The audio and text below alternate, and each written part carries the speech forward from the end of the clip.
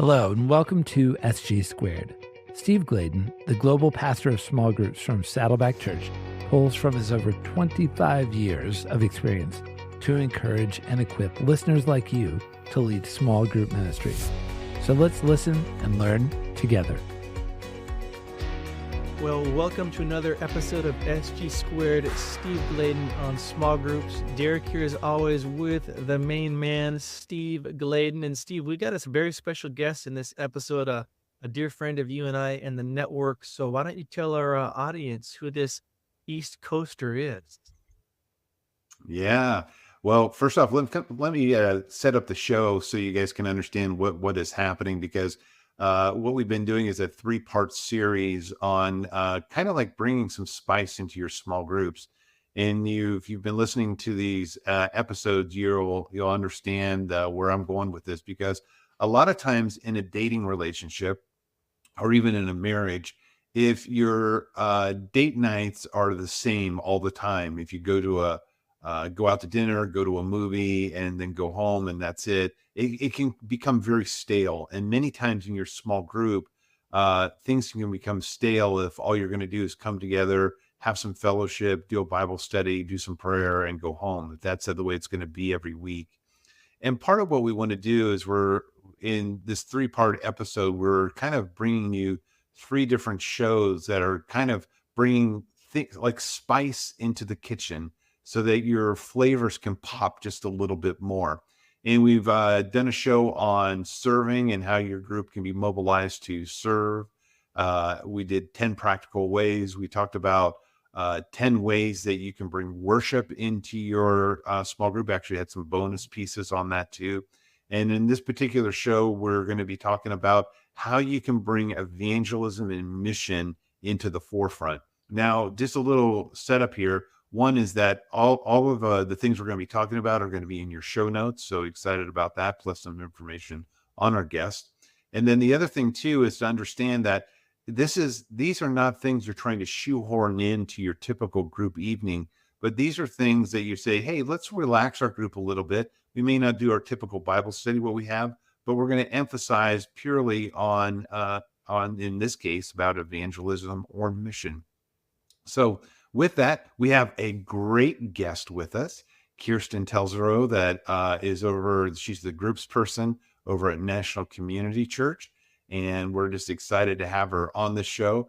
Kiersten and I have known each other too long, and it's just been a fun time to get to know her. But what I've loved about her is her evangelistic heart, and that she bleeds for the people that are outside the walls. Kiersten has a DMIN in Wholistic Discipleship, and also is coming out with her first book. And Kiersten, welcome. Derek and I are thrilled to have you on the show, a great SGN friend from many decades.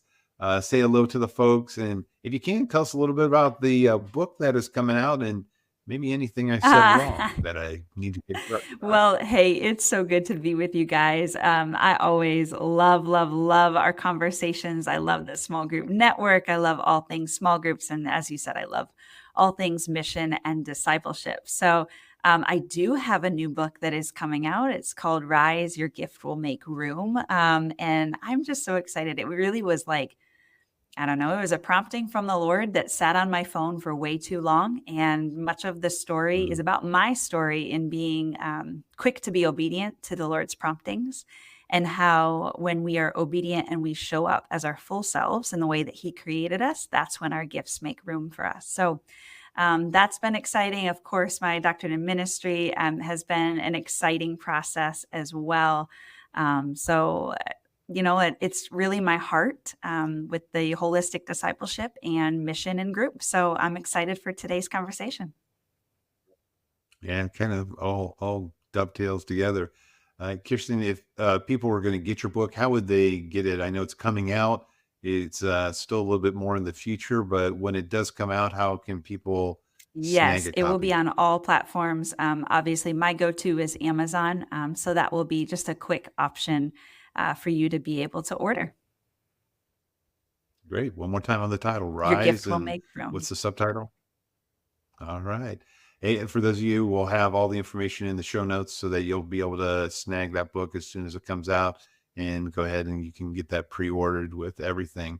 And one of the things that we want to do is, as we're talking about evangelism and mission, it can be kind of a scary thing. And I'm going to set up a little bit of it, and Kiersten's going to be able to kind of round it out before we get into the 10 things, because I think it's really important to understand that when you look at so much of what Jesus said in the Great Commission and the Great Commandment, that evangelism is one of the things that you can only do on this planet.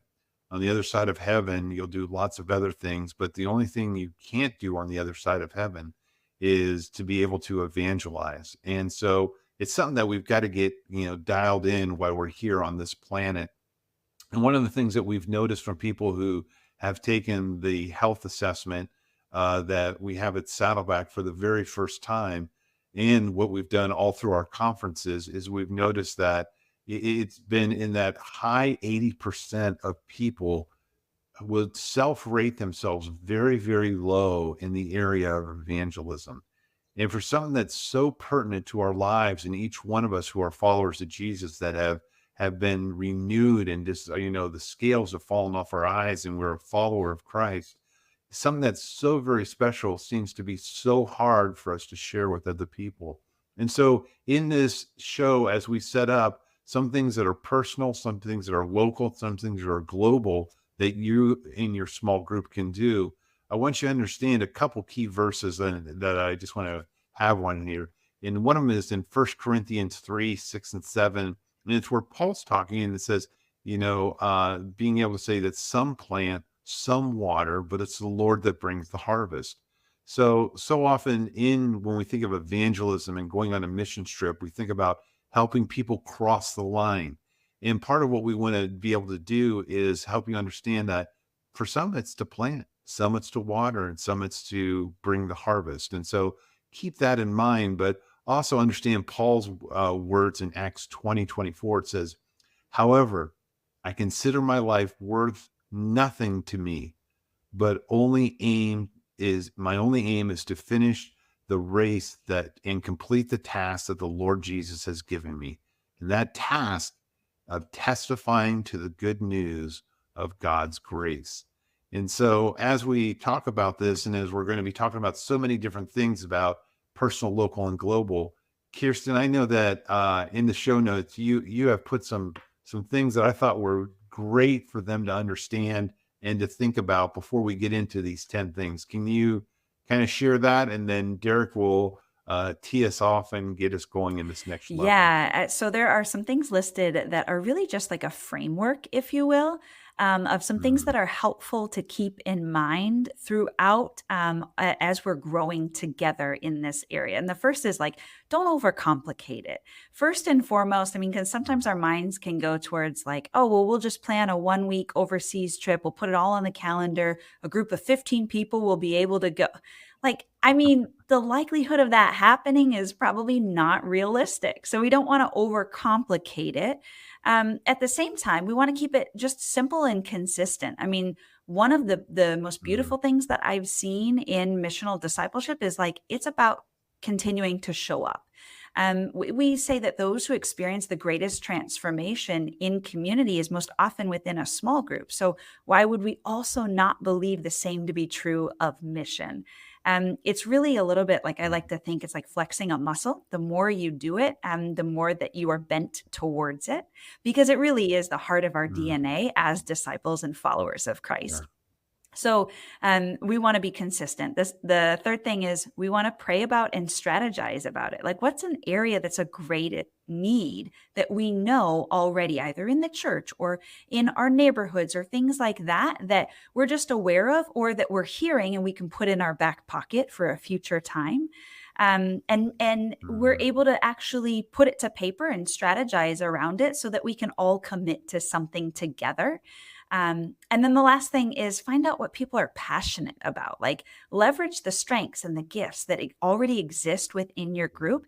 And the most important thing is to do it together, model it together, live it out, express the gospel through our entire lifestyle, our everyday living. We often at National Community Church will say that like it's partnering with God in what he's already at work and what he's already doing. So just a couple of things that will help kind of frame that we can consistently do, we can simplify to help us better practice what it looks like to live on mission. Love it. Well, I'm super excited about this series we've been in on ways to add spice to your small group ministry. We've, in previous episodes, talked about ways groups can serve. The last episode was ways groups can worship together. And we're ending it with 10 ways your groups can evangelize. And I really believe, like Steve, if groups do this, man, you're going to take your groups to the next level of health, vitality, and growth. And so, Kiersten, we're so excited you're here. Let's jump into this. 10 baby. practical ways. You've got number 1, a prayer walk. Tell us about this prayer walk.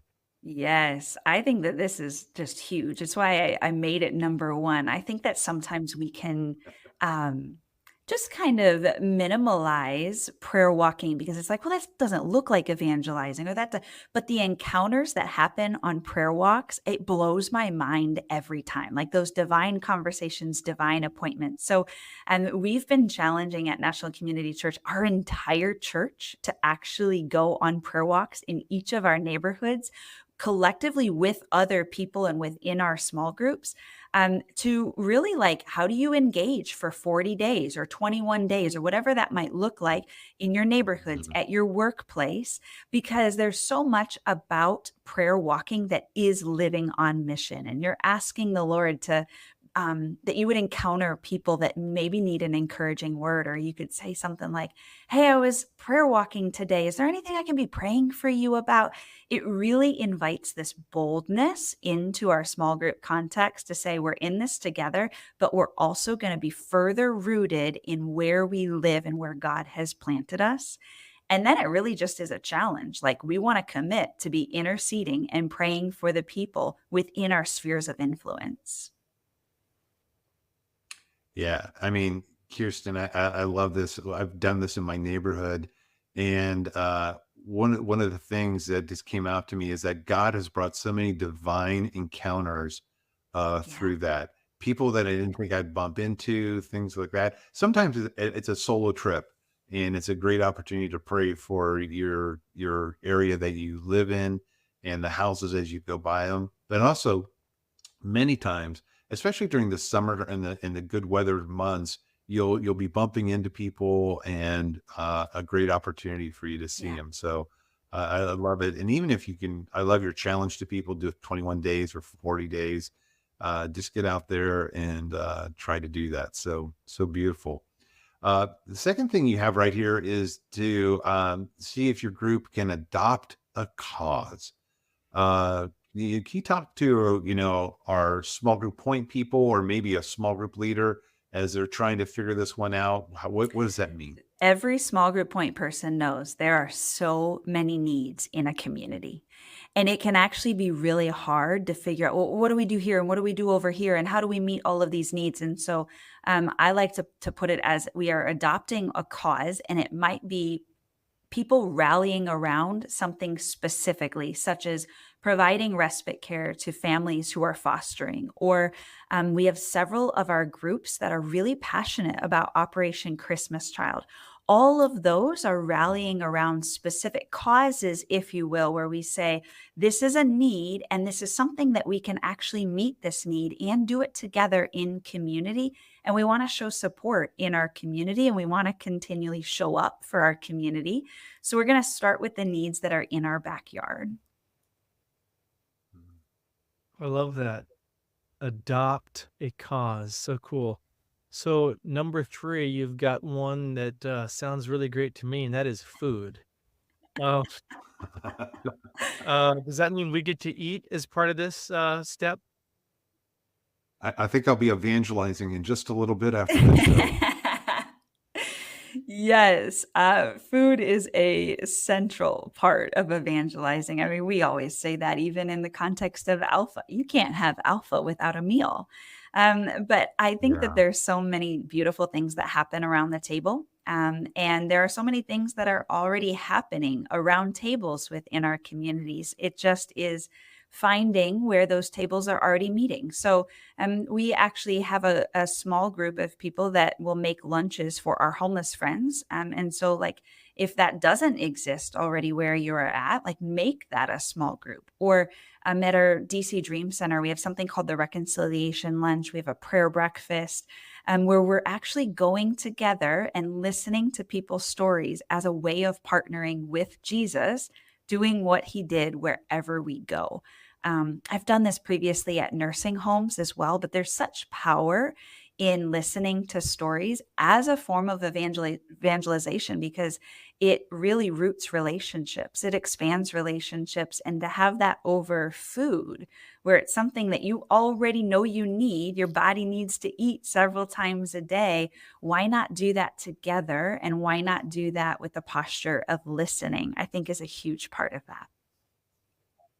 Yeah. I think another thing, a little twist on this too, is we were going to say this a little bit later in the show, but it kind of fits right here.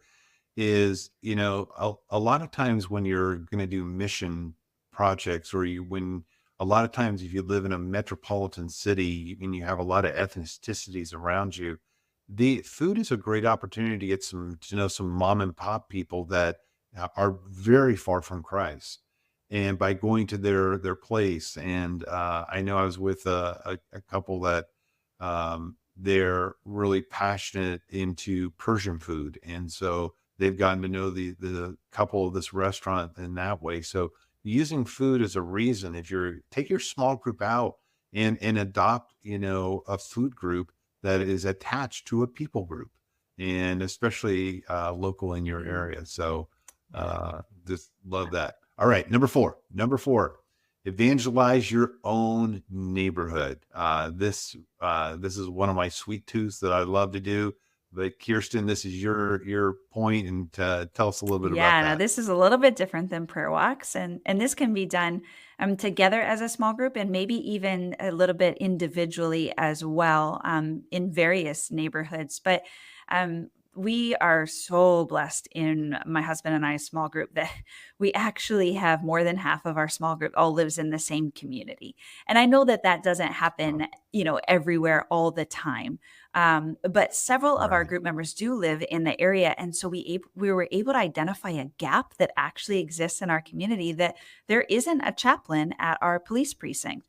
And one day an incident had happened in the neighborhood. And I just said, like, hey, I'm a pastor. I live over here. If you need anything, please let me know. But then there's several of us that we were able to actually rally around and say, like, we are really available. There's many of us that are a part of this church community, and we'd love to invite you to church if you ever are looking for a church home or something like that. Like, there's so much, and it doesn't have to be that exactly, and it doesn't have to be that you all live in the same neighborhood, but I can guarantee you your neighborhood has a need, and it's trying to figure out what that gap may be in your neighborhood and what are the gifts or the skill sets that the Lord has given your group members, your group leaders, right where he's placed them, that they could be an answer to prayer for somebody. Yeah, and as I'm thinking about it too, it's it may not just be your neighborhood, it may be your work Yeah. environment, maybe your apartment complex, it may be your school that you attend. The main thing is that God is giving you a sphere of Yes. influence in an area. Don't know what that area is. For many of us, it is our neighborhood, but being able to get to know the people that are in your neighborhood. I'm a little bit more of a strategist, so I'm going to map my neighborhood physically, and I'll know how many homes, I'll know who's in them, and their spiritual temperature. That's not for everybody, but the point is that God's giving you that influence. Yes.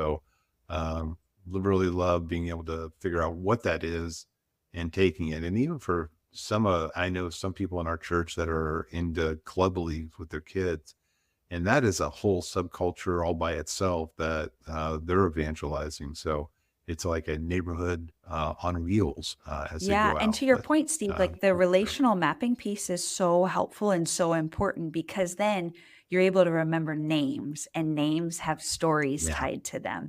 And so then it just becomes less about, oh, beautiful. my neighbor 3 doors down. And it's like, oh, no, Susie, who lives Hmm. there, she just encountered X, Y, and Z. I'm going to commit to pray for her because she's going through a really hard time. Yep, Love it. So beautiful. many places to evangelize in our spheres of influence. It could even include, Steve, like your surfing group or your cheese connoisseur group, you know? Yeah, for sure. Cheese. It's been a long time since I've been on a board and worked. All right. Going to number 5.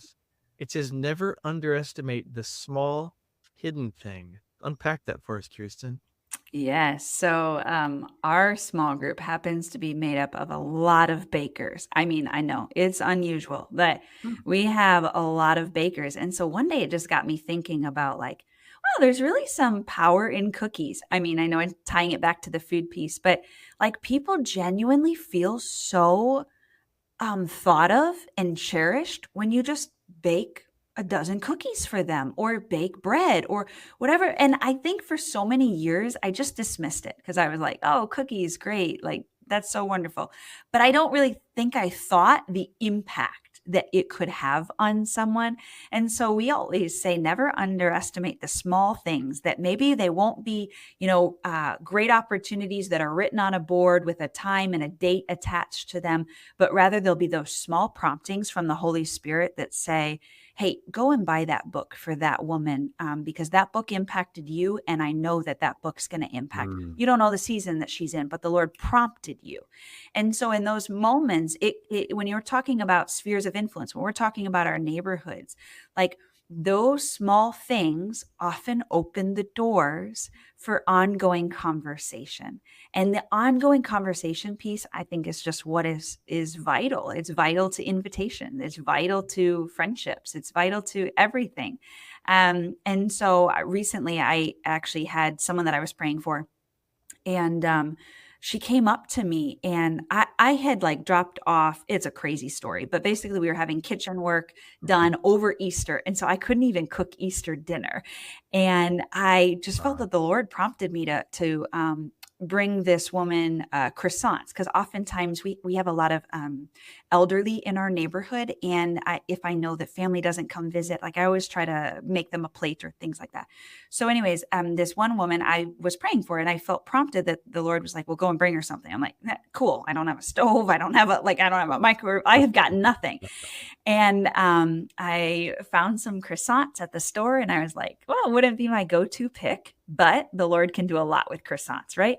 And I delivered them to her on Easter and just said, just wanted to bless you today. And I included, it was a few days before Easter, and I included an invite card to National Community Church. And she was floored. A couple days later, she said, I just needed you to know the difference that you made by dropping off those croissants. I think if it's possible, I'd like to go to church with you one day. And I was just so amazed. I was like, over croissant, if that's all it takes, over croissants. And it's those small hidden things that the Holy Spirit moves so powerfully in because it could be the right gift at the right time. And we may never know, or we may hear about it later on. As you're talking about those small little things, there's a book that is out after the boxes are unpacked. And I know it's one that Lisa would give out to new neighbors who are moving in.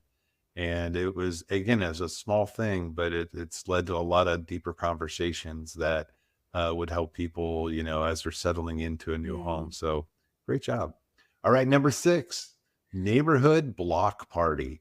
So we got food, we got croissants, we've got a block party happening now. So talk to us about that. Yeah, this one could be more food, could be barbecue, or it could just be fun games. I mean, I've seen some people actually go all out where like they're able to block off the street and they are able to have all the kids, kind of play all throughout the neighborhoods. They bring in a big blow up pool. You could go all out like that, or it could just be some great cornhole, like a really good game of cornhole will last a long time. And really what it is like a lot of people will first come to a small group before they will set foot in a church. And so if you are Yeah. having gatherings with your small group people, then why not invite it, open it up and invite it to other people that are in your sphere of influence. So it could be coworkers, it could be neighbors, it could be you always are in conversation with the same person at the grocery store, whoever it might be. Yeah. If you're having a party, the more the merrier. And I love how John 1 says Jesus moved into the neighborhood. And so if we already believe that Jesus dwells in each of our neighborhoods, then like that's even more of a reason to have a party over at your home and just have people really be able to experience the love, the peace, the joy of Christ followers. Yeah. So good. Very good. All right, number 7, write out your testimony. It looks like you got a couple different versions to tell us about. So what's this mean, write out your testimony?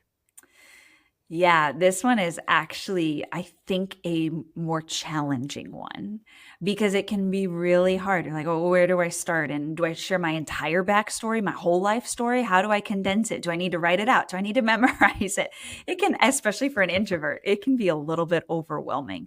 But basically, the heart behind this is we want to get better at practicing sharing our testimony, sharing what God is doing so that it doesn't matter where we are, whether in small group or whether at the movie theaters, that we are ready with an on-time word. And so we actually just went through at National Community Church, we hosted a training for all of our leaders on how to share your story in conversation. And we went through short snippets of, if you had 30 seconds, how would you share what God's done in your life? Or if you had an entire conversation over coffee.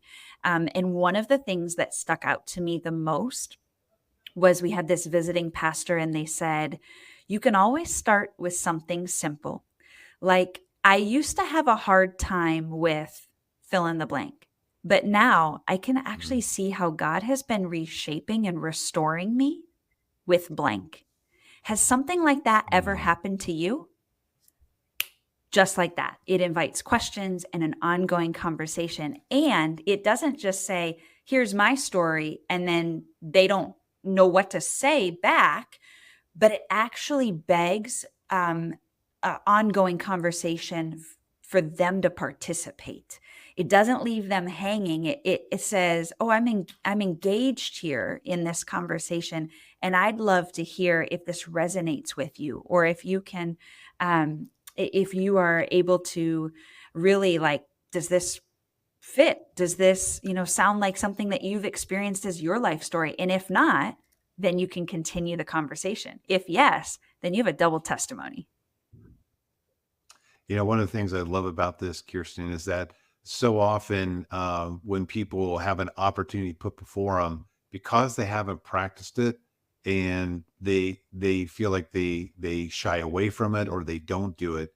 And part of what you can use in your small group is if you practice a 1 minute, 1 minute is a lot longer than people realize, or a 3 minute or a 10 minute, but just being able to practice in your small group, because hopefully when you're talking with someone who isn't a follower of Jesus, hopefully the first time you're being able to share is not your first time, but that you've been able to practice a couple times, like, hey, what flowed, what didn't flow. And it's not that you have to be super perfect, but a lot of times if you haven't practiced, then you're scared. You're scared to share it. And so it's a great opportunity. So anything before I jump us on to the next one that we may have missed you? No, that's great. All right. Number 8, identify your one life. Let's a little bit more of the Saddleback language, but I love where you're going. It's, identify someone who isn't a follower of Christ. Tell me how that can happen and what your thoughts are on it. Yeah. I mean, we all know someone that isn't a follower of Christ, and maybe it's a family member, maybe it's a friend. But that can really, like, we carry a lot of weight with that, especially if there's someone close. And so I think that one of the beautiful things about that is it's a continual reminder to always seek the one, that it's not about necessarily the masses or about people that we don't know. It's about people that we're already connected to, that the Lord has rightly positioned us through relationship to be an influence in their lives. And we know that it doesn't all rest on our shoulders, but we have a responsibility. And I think that part of that responsibility is to regularly intercede for them by name. And so often we'll encourage our small groups to say, well, who are the 3 people that don't know Christ that you are actively praying for right now? Because intercession can be a form of evangelism. It might be behind closed doors. It might be just a small group of people, but the prayers of the righteous are powerful. We know that. And so how do we activate that? How do we believe that for every single person in our lives? I once heard a pastor in the last several months, and he asked this question that just blew my mind. And he said, if you truly believed that prayer was so powerful, why are you not praying for every single person to come to know Christ by the time the sun goes down today? And I was so blown away by that, because sure, I may not know everybody, but wow, the responsibility of prayer to be able to be praying for the people I do know that don't know Christ and the people that I don't know, for them to all know the relationship and the love and the life-giving from Christ is tremendous. And it's a tremendous opportunity for us to steward through the form of evangelism. Love that. Yeah, just knowing, and I challenge people in small groups to always know, we all know one, but until you vocalize it, it doesn't resonate in your heart and in your confidence. So it's just good to vocalize those people and make sure everyone in the group knows that. So well said, Kiersten. Well, number 9, I think some people might get really excited about this. It says, have a party. What kind of party are you talking about? I mean, we have a lot of fun parties in our small groups all over. I mean, it could be a volleyball party. It could be, like I said, the neighborhood block party before, but really just a true celebration. We've done a lot of birthday parties with our small groups. Like, let's celebrate the life of an individual and all that the Lord is doing in their life and through their life. But then again, it's another way to extend the invite to people. And this is a part of investing in the people's lives who are around us. And it also is an opportunity to bear witness to Christ. So you're allowing people to really just see your lifestyle and to see how you live and to see how you're living a life of celebration and of joy. And sometimes I think that we do that maybe just with a few people, or we do that just with the people that we know are already Christians. But what does it look like to go out of our way to celebrate things in people's lives that maybe they don't even expect that we're going to celebrate with them? I love that. Love that. Yeah, parties are a way of disarming so many people, and it's a great opportunity for them to see believers as normal people. Because they always think believers are what they see on TV or something like that. So it's great for them to see them in a different light. All right, let's bring us home on number 10, which is explore people different than you, and share a little bit about that and what that can mean for each one of the small groups that are listening to this. So it's so important. I mean, we say in DC that we just have the privilege to be able to engage in regular rhythms all over of people that are different than us. I mean, I'm regularly hearing languages that I don't know. And so to be able to engage, to be able to have conversations, it could be learning ASL, American Sign Language, so that you can have a conversation with someone who may be hard of hearing or deaf. And so the important piece with this, as I say to our group leaders, engage everywhere. Learn names and prayer requests from the people around you wherever you go. Go consistently to meet at the same coffee shop for a reason, so that you know their name and you can thank them. Sometimes you go to the same restaurant, and then you might even leave a nice tip just to say, hey, I just wanted to bless you today. Is there something I could be praying for? Yeah. I think the easy thing is, and sometimes we all get just stuck in our rut, or we are so busy that it just slips our mind. We all do this, but the easy thing is to order our coffee and off we go. But to actually view every single person as the image of God will actually stop us in our tracks to say, thank you so much. What was your name? Is there anything that I could be praying for you about today? And the more consistent that we are, and the more that as a part of our regular rhythms and where we go, the easier it becomes. Just like when I talked about at the beginning, it's a muscle. You're flexing that muscle, you're training that muscle so that this becomes a part of your DNA and a part of just an outpouring of what Christ is doing in you and through you. And other people will certainly see that. They'll see your rhythms and they'll see your lifestyle that's bearing witness to Christ. And so, yeah, those are the 10 things that I feel like are a part of my heart, and some things that I have practiced and how we have grown in our small groups at NCC. Right. I know. And I love what you're talking about that, because be curious about Yes. people. I mean, so often you meet people different than you. Their language may be different. Their skin tone may be different. Their dress may be different. And instead of, keeping a distance, break down those barriers. One of the phrases I love is that proximity breeds Yes. empathy. And the more you can get to the proximity of getting to know people that are different than you, can lead to so many different things. And one of the things we've been talking a lot about, personal evangelism with that. But when you go into local and global evangelism in your small groups, just remember the concept of home and away teams.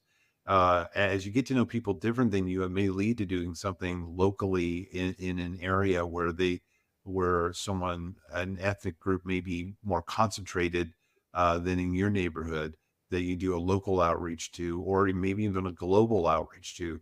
But what we like to think of in small groups are home and away teams. Not everybody that just goes on the local trip or the global trip is the hero. Some of the people that stay behind to pray and take care of things are just as critical in the small group. So whether you're a home or away team, but it's just one of those great things that when you're thinking of personal, local, and global, the whole small group can participate in many, many different ways. And so, Kiersten, love what you brought to the table. Anything before we kind of wrap up and Derek closes the show that we may have missed that you want to share about? No, just an encouragement that don't be afraid to try. And don't be Yeah, afraid to good. share with your group what you may already be doing, because it is very, evangelism is very relational and it's very collaborative as well. And so you may be already doing something that someone else in your group is going to be like, oh my gosh, I could totally do that. That's a great idea. Or as small group point people, don't be afraid to share what you personally are doing to model for the rest of your group leaders. No, love that. I love that, Kiersten. I love how you are living out the evangelism piece. So many small group point people, me included in the past, you can get so busy doing all the administrative stuff and organizing that you can kind of live in this silo and you're not doing the most important thing. And so when you're living it out as the point person or small group pastor, that's just that trickle down effect. It becomes so real for everybody in your group and in Yes. your group that, man, if Kiersten can do it, I can do it. And so loved these 10 keys you shared. I think it's really going to inspire everybody. Tell everybody again how they can just even follow you on social media if they want to keep up with what you're doing. Yeah, absolutely. I'm pretty active on Instagram. Kiersten Telzerow is where you'll find my handle. But I will say I have 2 large, beautiful golden doodles. So you may get spammed with some golden doodle stories a lot, but you can keep up with me there. It's either usually food, golf, or golden doodles. Love it. Well, Kiersten, thanks again so much for your time. And we want to thank everybody for listening or watching this episode. As always, our hope, our prayer is that this episode really encouraged you as a small group point person or pastor to lead better, healthier groups and to take them to the next level of health and vitality. And if you enjoyed this episode, share it with somebody, share it with another fellow small group point person. Give us a 5-star rating. Let Steve and I know in the comments how handsome we look. And until next time, have a great week and a great month, everybody. Thank you for listening. Don't forget to subscribe wherever you listen to podcasts. And to dive in deeper, get more resources, or join the Small Group Network, just head over to smallgroupnetwork.com.